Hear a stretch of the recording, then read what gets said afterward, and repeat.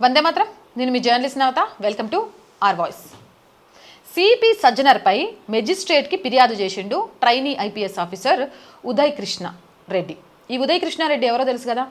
ట్రైనీలో ఉన్నప్పుడు ఆడపిల్లలతో అసభ్యంగా ప్రవర్తించాడని ఇతని మీద కేసు అవ్వడం, కనిపించకుండా ఉండడం, ఆ తర్వాత సూసైడ్ చేసుకుంటున్నట్టుగా ఒక పెద్ద నాటకాన్ని క్రియేట్ చేయడం, ఇదంతా మనకు తెలుసు కదా. ఈ నేపథ్యంలో ఆయన ఏం చెప్పాడు అంటే, సజ్జనర్ తన కుటుంబ సభ్యుల్ని ఎన్కౌంటర్ చేస్తానని బెదిరించిండట.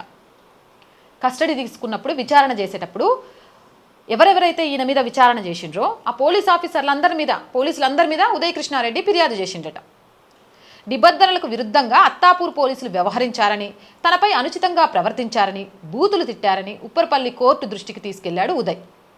అత్తాపూర్ పోలీస్ స్టేషన్లో ముగిసిన trainee IPS Uday Krishna Reddy custody ముగిసిన అనంతరం మెజిస్ట్రేట్ ముందు హాజరుపరిచిన పోలీసులు నిన్న రాత్రి అంటే శుక్రవారం రాత్రి ట్రైనీ ఐపీఎస్ ఉదయ్ కృష్ణారెడ్డిని విచారించేందుకు అత్తాపూర్ పోలీస్ స్టేషన్కి సిపి సజ్జనర్ వెళ్లారు.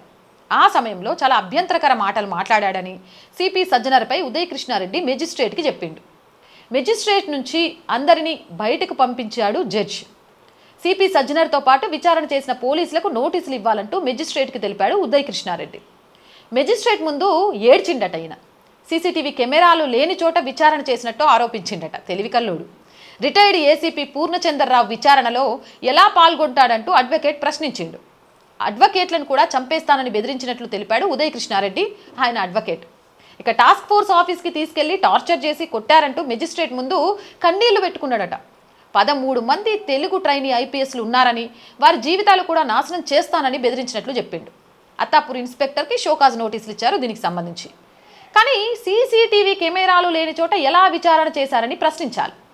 2 రోజుల్లోగా వివరణ ఇవ్వాలని తెలిపారు మెజిస్ట్రేట్. అత్తాపూర్ పోలీసులపై trainee IPS Uday Krishna Reddy petition వేసిండు. అత్తాపూర్ పోలీసులకు నోటీసులు ఇచ్చింది కోర్టు. వీడి డ్రామా మామూలుగా లేదమ్మా.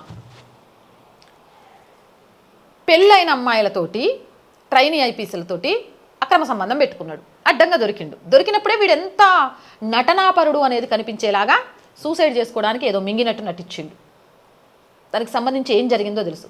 నాకు తెలవక అడుగుతా, సీసీటీవీ లేని చోట నిన్ను విచారణ చేసిండనుకో, సీసీటీవీ ముందు నుంచే నిన్ను తీసుకెళ్ళాలి కదా.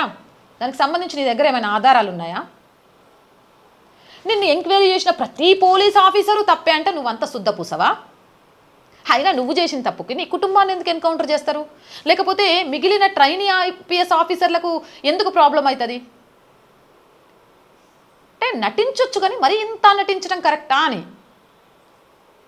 నిన్ను ఒక్క విచారణ చేసిన వాళ్ళలో ఒక్కళ్ళు కూడా పారదర్శకంగా ఎవరు లేరు. పోలీస్ ఆఫీసర్లు అందరి మీద నువ్వు కంప్లైంట్ చేస్తావు.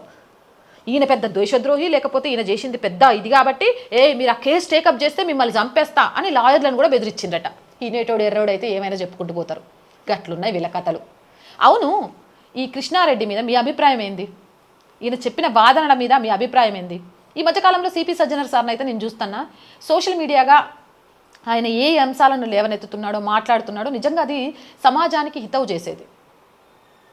అండ్ నాకు నచ్చిన పోలీస్ ఆఫీసర్లలో సిపి సజ్జనర్ సార్ కూడా ఒకరు. అంత మంచి చేస్తుంటే ఆయన మీద ఇలాంటి ఆరోపణలా ఎవరైనా నమ్ముతారా?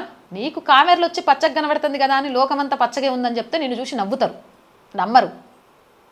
ఆకాశం మీద ఉమ్మితే నీ మీదే పడుతుంది, గ్రహించుకోవాలి. కోర్టులో నిజాలు ఖచ్చితంగా బయటపడతాయి. కానీ ఒక్కటి మాత్రం క్లారిటీ, ఇలా ఏడ్చే మొగాన్ని అస్సలు నమ్మకూడదు. ఇలాంటి వాళ్ళ విషయంలో జాగ్రత్తగా ఉండాలి. అవునంటారా కాదంటారా? మీ అభిప్రాయం కామెంట్ చేయండి. మోర్ వీడియోస్ కోసం R group of channels, R voice, R political, R Samskriti ఛానల్స్ని వెంటనే సబ్స్క్రైబ్ చేయండి. కంటెంట్ బాగుంది అనిపిస్తే లైక్ చేయండి, షేర్ చేయండి. ఆర్ వాయిస్కి ఆర్థికంగా సపోర్ట్ చేయాలి అనుకుంటే సబ్స్క్రిప్షన్ పక్కనే జాయిన్ అనే బటన్ ఉంది. 1 to 5 లెవెల్స్ ఉన్నాయి. ఏదో ఒక లెవెల్లో సపోర్ట్ చేయండి. లేదా స్క్రీన్ మీద గూగుల్ పే, ఫోన్పేతో పాటు అకౌంట్ డీటెయిల్స్ ఉన్నాయి. మీకు తోచిన సహాయాన్ని అందించండి. వ్యాపార ప్రకటనల కోసం 8328500576 నెంబర్ని సంప్రదించండి. జై హింద్, జై భారత్.